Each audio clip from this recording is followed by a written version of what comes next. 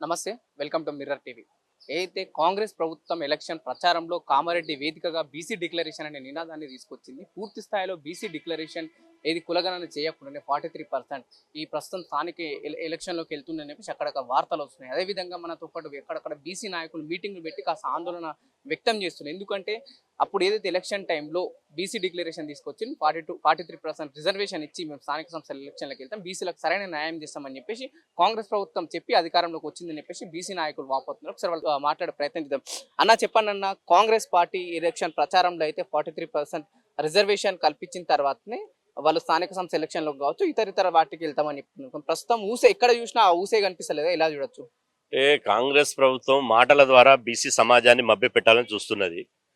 మేము మొదటి నుంచి కాంగ్రెస్ ప్రభుత్వాన్ని అప్రమత్తం చేస్తూనే ఉన్నాం. మీరు అధికారంలో రావడానికి బీసీలే ప్రధాన కారణం. మీరు అధికారంలోకి వచ్చినట్టనే ఈ సబ్బండ కులాల వల్లనే అధికారంలోకి వచ్చారు. కాబట్టి మీరు కామారెడ్డి డిక్లరేషన్ ప్రకారం అధికారంలోకి వచ్చిన 6 నెలల లోపే కులగణన చేసి బీసీ రిజర్వేషన్ మించిన తర్వాతనే స్థానిక సంస్థల ఎన్నికలు నిర్వహిస్తామని చెప్పి మీరు స్పష్టంగా హామీ ఇవ్వడం జరిగింది. అది ఎన్నికల మేనిఫెస్టోలు కూడా పెట్టారు. కాబట్టి దాని మీద అమలు చేయండి అని చెప్పి నేను ఇవాళ మొదటి నుంచి బీసీ సంక్షేమ సంఘం నుంచి మేము డిమాండ్ చేస్తున్నాం. ప్రభుత్వం మీద ఒత్తిడి తీసుకురావడానికి సమగ్ర కులగణన సాధనయాత్ర పేరుతోటి కామారెడ్డి నుంచి కరీంనగర్ వరకు 18 రోజులు సమగ్ర కులగణన సాధనయాత్ర చేసినాం. అదేవిధంగా ఢిల్లీ పోయి ఏఐసిసి ఆఫీసును ముట్టడించినాం, 33 జిల్లాల కలెక్టరేట్లను ముట్టడించినాం, అఖిలపక్ష సమావేశం పెట్టినాం, ఎక్కడికక్కడ ఇవాళ పెద్ద ఎత్తున ఆందోళన కార్యక్రమాలు చేసినాం.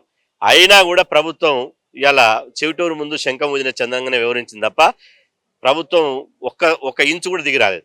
అడావిడిగా దిగిరాకపోగా పైగా అడావిడిగా రేవంత్ రెడ్డి గారు సచివాలయంలో మీటింగ్ పెట్టి ఏ పదవి లేనటువంటి జానారెడ్డి గారిని పక్కన కూర్చోబెట్టుకుని గ్రామ పంచాయతీ ఎన్నికలకు వెళ్తున్నాం మేము అని చెప్పి ప్రకటించడం జరిగింది.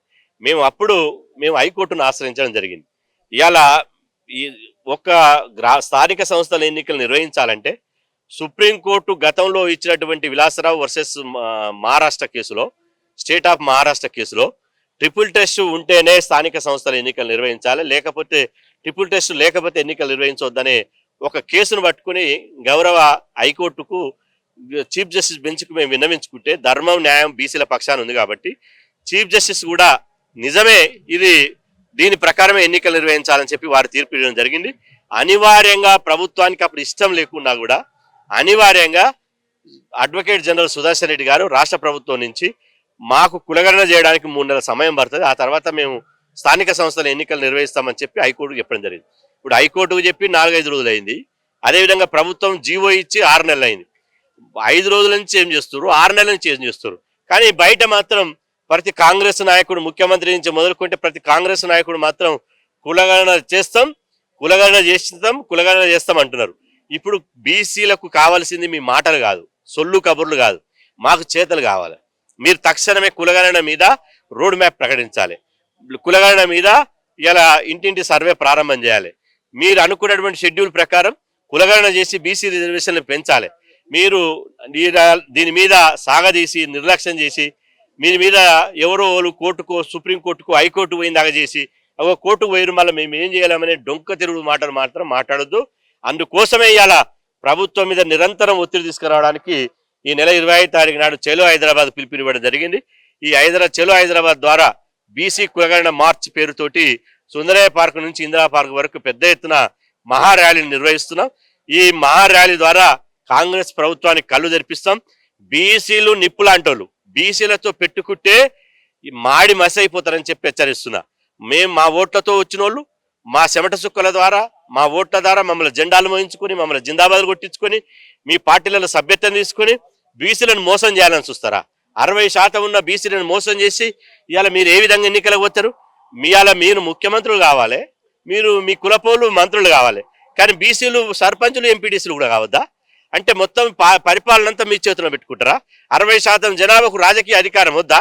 కాబట్టి ఇప్పటికైనా హెచ్చరిస్తున్నా, 48 గంటల్లోగా రోడ్ మ్యాప్ ప్రకటించాలి.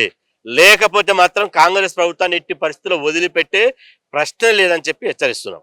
అలా ఎక్కడ చూసినా ప్రభుత్వంలో ఉన్న ఏదైతే మంత్రులు కావచ్చు, ఎమ్మెల్యేలు కావచ్చు, బీసీలకు సరైన న్యాయం కల్పిస్తాం. అటు అసెంబ్లీలో కావచ్చు, లేకపోతే ఇటు స్థానిక సంస్థ ఎన్నికలు కావచ్చు అని ఒకవైపు చెప్తున్నారు. కానీ ఒకవైపు మళ్ళీ ఈ రిజర్వేషన్ ప్రక్రియ కూడా ఎక్కడ కూడా ఊసేలేదు. అటు మీడియాలో ప్రకటిస్తలేరు, ఇటు పేపర్ ప్రకటన కూడా ఎక్కడ ఇస్తలేరు కదా. ఇలా చూడొచ్చు వీటన్నిటిని. అంటే కాంగ్రెస్ ప్రభుత్వం ఏంటంటే నాన్సి వేసి అదిగో ఇదిగో అని చెప్పి ఒకవైపు మాటలు చెప్తూనే కాంగ్రెస్ ప్రభుత్వం యొక్క వైఖరి ఎట్లుంటదంటే కిందంగా గిచ్చుతుంది, మీదంగా నవ్వమంటది. ఇవాళ అట్ట కాదు, మాకు కావాల్సింది సమగ్రమైనటువంటి విధానం కావాలి. ఇవాళ బీసీ కమిషన్ కొత్తగా ఇస్తే వాళ్ళని బీసీ గణన అంటున్నారు, ప్రభుత్వం ఏం కులగణన అంటున్నది. ఇందులో క్లారిటీ లేదు. బీసీలు అడిగేది బీసీ కులాల లెక్కలు తెలవాలంటే సమగ్ర కులగణన జరగాలి. సమగ్ర కులగణన జరిగితేనే బీసీ కులాల లెక్కలు తెలుతాయి. బీసీ కులాల లెక్కలు ఉంటేనే బీసీ రిజర్వేషన్ పెంచే అవకాశం ఉంటుంది. కాబట్టి దీని మీద స్పష్టంగా ప్రభుత్వం తమ విధానమైనటువంటి ప్రకటన చేయాలి. చేయకపోతే మభ్యపెట్టే మాటలు, మోసపు మాటలు, ఇలా గజకర్ణ గోకర్ణ విద్యలు ఇక్కడ అవలంబిస్తే మాత్రం బీసీలు ఎడ్డోలు గుడ్డోలు కాదు. బీసీలు చాలా తెలివి కల్లోలు, బీసీలు సామాజిక ఉద్యమకారులు, చైతన్యవంతమై ఉన్నారు. అడుగడుగున గ్రామాలలో ప్రతి రచ్చబండ దగ్గర, ప్రతి గ్రామ పంచాయతీ దగ్గర ఇదే చర్చ జరుగుతుంది. ఏందిరా మార్పు రావాలి, కాంగ్రెస్ రావాలి, మార్పు రావాలంటే వచ్చే మార్పు ఇదేనా? ఈయన బొంద మార్పు. మనకు రిజర్వేషన్ పెంచకుండా కాంగ్రెస్ ప్రభుత్వం ఎన్నికలకు పోతుందా? మేము సర్పంచులు, ఎంపీటీసీలు, కౌన్సిలర్లు, కార్పొరేటర్లు కావద్దా?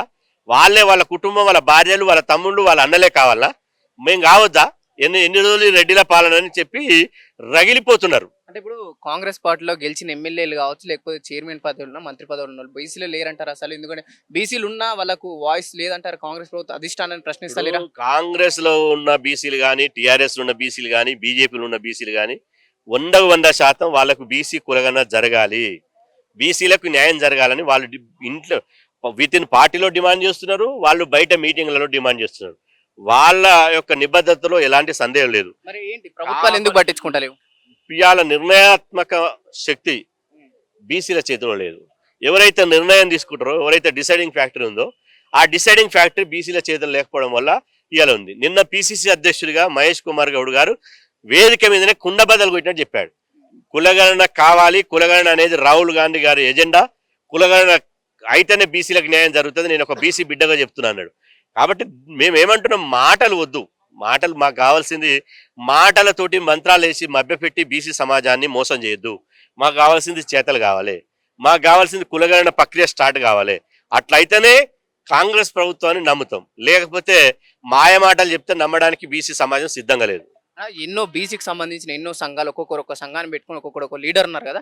ఈ సంఘాలన్నీ ఏకతాటిపైకి రాకుండానే మీ మాటలు ప్రభుత్వాలు పట్టించుకొని బీసీలకు సరైన న్యాయం కల్పిస్తా అంటారా? ఇప్పుడు ఇది ప్రజాస్వామ్యము. ప్రజాస్వామ్యంలో 100 సంఘాలు ఉంటాయి. ఇలా పార్టీలు రిజిస్టర్ అయిన పార్టీలే 2-3 వేల పార్టీలు ఉన్నాయి భారతదేశంలో. తెలంగాణ రాష్ట్రంలో రిజిస్టర్ అయిన పార్టీలే 60-70 పార్టీలు ఉన్నాయి. పార్టీలన్నీ ఉండగా సంఘాలు ఉంటే తప్పేముంది? కాబట్టి ఇక్కడ సంఘాల సమస్య కాదు, ఇక్కడ వచ్చింది జాతి సమస్య. ఇక్కడ కుట్రపూరితంగా ఒక జాతి, ఒక కులం వాళ్ళు, అగ్రకులానికి సంబంధించిన వాళ్ళు కుట్రపూరితంగా బీసీ కులగణన చేస్తే వాళ్ళ జనాభా ఎంత ఉందో తేలుతుంది. ముదిరాలు ఎంతమందో తెలుస్తుంది, గౌళ్ళు ఎంతమందో తెలుస్తుంది, గొల్లకుర్మలు ఎంతమందో తెలుస్తుంది, మున్నూరు కాపులు ఎంతమందో తెలుస్తుంది, విశ్వబ్రాహ్మణులు, వడ్డరులు, రజకులు, నాయబ్రాహ్మణులు, సగరవుపరులు, ఇవాళ పూసలోళ్ళు, సంచార జాతులు, అత్యంత ఎంబీసీ కులాల వాళ్ళ జనాభా లెక్కలు తెలుస్తుంది. జనాభా లెక్కలు తేలినాక మేము ఇంత శాతం ఉండి మేము ఈ పవర్లో కూడా కూర్చోవడం ఏంది? ముఖ్యమంత్రి పీఠం మేము కూర్చోవాలి, ముఖ్యమంత్రి పీఠం మాది, మంత్రుల పీఠం మాది, జిల్లా పరిషత్ చైర్మన్ పీఠం మాది, మున్సిపల్ చైర్మన్ పీఠం మాది అని చెప్పి వాళ్ళ పీఠాలకు ఎసరు వస్తాయనే ఉద్దేశంతో ఇది కావాలని ఇంటెన్షనల్గా ఇలా తొక్కి పెడుతున్నారు. ఇవాళ బీసీ సమాజం దీన్ని ఊరుకునే ప్రసక్తి లేదు. మా ప్రాణాలను త్యాగం చేసైనా సరే ప్రభుత్వం మెడలు వంచి, ప్రభుత్వం ఇప్పటికే కోర్టు ద్వారా మెడలు ఉంచినాం, మళ్ళీ ప్రభుత్వాన్ని మెడలుంచి మేము ఖచ్చితంగా కులగణన చేయడానికి, కులగణన చేసిన తర్వాతనే, రిజర్వేషన్ పెంచిన తర్వాత ఎన్నికలు పోయేలా మా పోరాటం, మా కార్యాచరణ ఉంటుంది. రైట్, ఇవి మనం చూస్తున్నాం. అయితే కాంగ్రెస్ ప్రభుత్వం ఎలక్షన్ ప్రచారంలో 42% రిజర్వేషన్ కల్పిస్తామని చెప్పేసి కామారెడ్డి వేదికగా బహిరంగంగా చెప్పింది. కానీ ఇప్పటికి కూడా దాదాపు ప్రభుత్వం అధికారంలోకి ప్రభుత్వం వచ్చి 8 ఏళ్ళు గడిచినా కూడా బీసీల ఊసు ఎక్కడ కూడా ఎత్తట్లేదు. కానీ మన స్థానిక సంస్థ ఎలక్షన్లోకి వెళ్తుందని చెప్పేసి ఇక్కడ బీసీలు ఆవేదన వ్యక్తం చేస్తుంది. చూద్దాం ఎంతవరకు ప్రభుత్వం బీసీలకు న్యాయం చేయగలుగుతారనే విషయాలు కూడా మనం వేచి చూడాల్సిన అవసరం ఉంది. కెమెరామెన్ శ్రవంతో పవన్, మిర్రర్ టీవీ, హైదరాబాద్.